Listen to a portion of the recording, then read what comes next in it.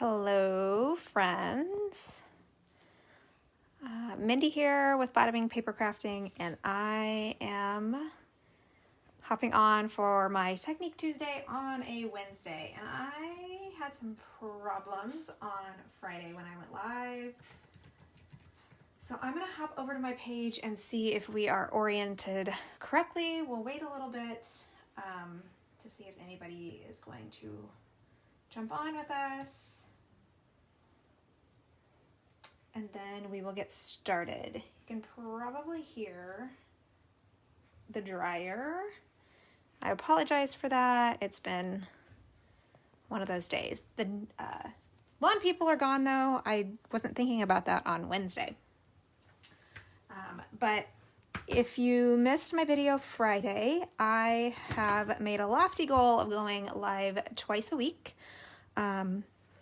So I'm going to try for Technique Tuesday on Tuesday evenings at 7 for the evening people, and then I'm going to try Friday at, what did I say, 1? No, I have to be at school at 1. So maybe noon, because it's early release Friday. I wasn't thinking about that. So I'm going to try to do a video for the daytime people and the evening people. And you can always catch the replays, and I've got to figure out how to put these on YouTube. But today I'm going to do a technique with our alcohol markers, the marbling. I thought of this when I first kind of saw these bundles and sets in the catalog. I didn't do it, and actually Allison from Nice People Stamps, she beat me to it. She made a really cute card with this bundle and doing this same technique. So you can always check out her, I think it's on Instagram, but she made a really cute card. So what we are going to do is the vellum marbling technique, and then I'm going to kind of complete a card with this cute little bundle. So if you're curious what it looks like, this is one I did. I'll see if I can. I taped it down with washi tape because the finished card that I'll show you, or the one we're going to finish, we had a couple of hiccups with it, and I'll show you why. But I taped this down with washi tape because it went like this, it bowed up, and then it kind of ruined it. And my paintbrush is kind of small, and so I wanted like smaller little splatters. So I have a bigger one I'm going to experiment with today, and then I also pulled out one of Ian's. So this is just a Crayola paintbrush. We'll see what happens. But this is the technique. It's really fun. It looks different every time. So we'll get started if I can find my vellum. So I have some vellum here and some very old clashing washi tape. I always save all my washi tape for things like this. And I actually only needed to tape it down, and I'm just going to do a thin little border here. This is cut to the front of an A5 card. So I would probably just trim it down, or what I'm going to show you, you may not even have to trim. So I'm going to get started. You need at least 91%, I can't ever say this, isopropyl alcohol.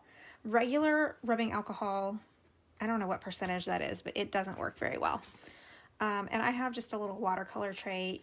You can do these individually based on your colors. These are all going to be kind of dark colors that I'm using, so I'm just going to use one in the middle because it will kind of pick up color as you do this. And then I had a paper towel. I like to have a paper towel handy. I keep a bunch of old paper towels. This probably has ink on it previously because I save them and try them out because I don't like to be wasteful, I guess. So again, this is really easy if you don't like watercolor well. I am going to start... I'm actually going to use basic black on this one. I did not, on this one, Here I used, I think, Night of Navy, Misty Moonlight, Blackberry Bliss, and I'm using the dark ones, and Highland Heather, I think, for kind of a spooky sunset. But I wanted to try black. I might even do basic gray, but I'm just scribbling across with my brush tip. I think I want to do gray. So I'm going to move on. I liked how these worked with my, oh, this is Misty Moonlight. I'm doing it in the wrong order, but that's okay. We know I can't do a live video and do everything correctly on it. And this is Night of Navy. And if you make a mistake, it's fine. And this isn't gonna look like anything. You're gonna be like, okay, this isn't exciting. And then I've got my Blackberry Bliss. Rich Razzleberry would look cute too. And I think maybe the UPS man is here. I'm getting more stamps as if I need any right now. Do we have Razzleberry? I don't remember. And then Highland Heather to finish it off. And again, it doesn't look very exciting. And I'm gonna try this bigger brush. I'll show you what happens with this small one because it's really small. Like you get a couple of drips. And I want smaller drips because in this one, I actually touched my brush down, which is another technique you can do. I just want it, so I'm really gonna saturate this. Oh, this is much better. And I'm just tapping.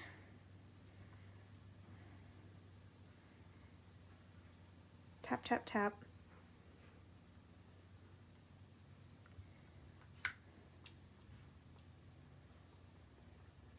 Protect your work surface. If you have anything you don't want getting splattered. I still wanted smaller drips, but this is good. And if you wanted to go in, you can do a little taps like that. But see, I got it really saturated there, so now it's just kind of bleeding. But again, it's gonna look different every time. And that's what you want. So I'm gonna dry these off, set this out of the way so I don't spill it.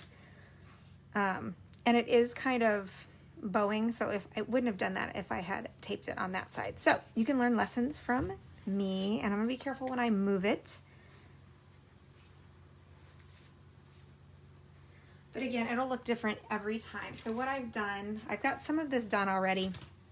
I cut a piece of black cardstock to cover an A5 front, card front. And then, oh, it's not the UPS, it's the trash. This is the, I think it's the second smallest of the stitched rectangle dies. And I cut that out. I centered it as best I could and cut it out. And then I'm gonna save this for something else. Put that up here before I lose it. And this is my other one, and you see I didn't tape anything down, so it went long ways and ran, but I still think it's kind of spooky. And I used some orange down here. So I've just cut out some elements.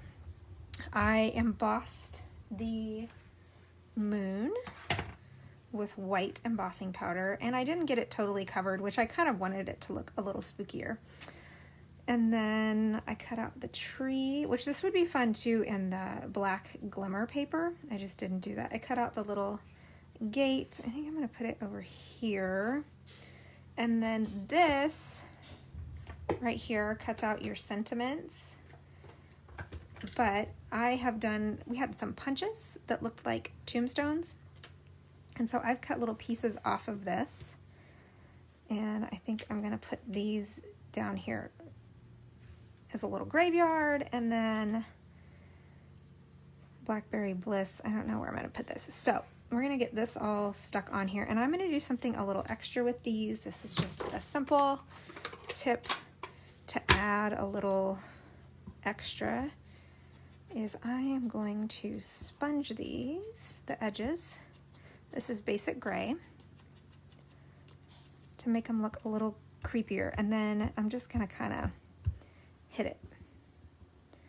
And I have done cards before where I've taken little shapes like this to make tombstones, and I've actually written with a marker, you know, RIP or whatever to be creepy. Our little white chalk marker would be cute for that. And again, I'm just gonna kind of give it a mottled look, but that looks a lot better than just the stark gray paper sitting there. My fingers are going to get a little dirty. Again, I will try to have these on Tuesday at 7, but we had that PTO meeting, and I've never been able to go to one, so I was excited. So I'm going to pull out my handy dandy black dimensionals for this, because it's a spooky Halloween card. Then you won't see any pesky white showing through. I'm going to put my moon up here.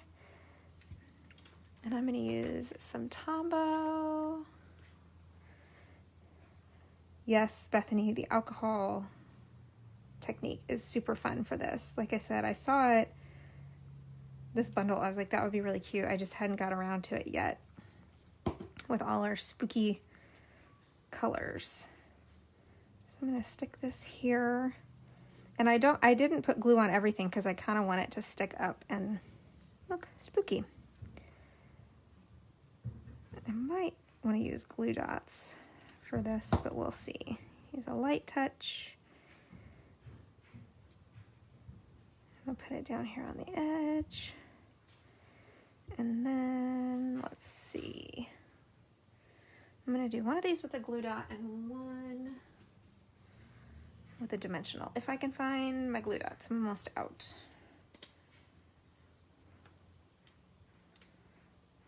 Okay, so I'm going to stick this down like this. I'm going to pop this smaller one up on a dimensional, kind of sticking out like that. And then decide where I want my sentiment. I don't know if I want it there or across the moon.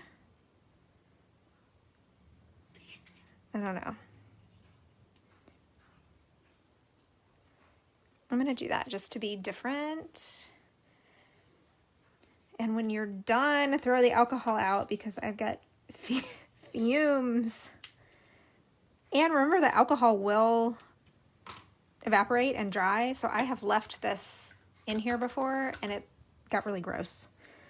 Not that that matters, but it was ugly. So there we go.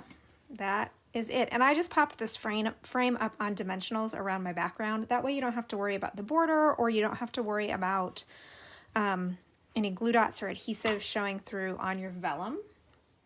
And so that is the little night sky technique with the Frightfully Cute bundle. And thanks for joining me.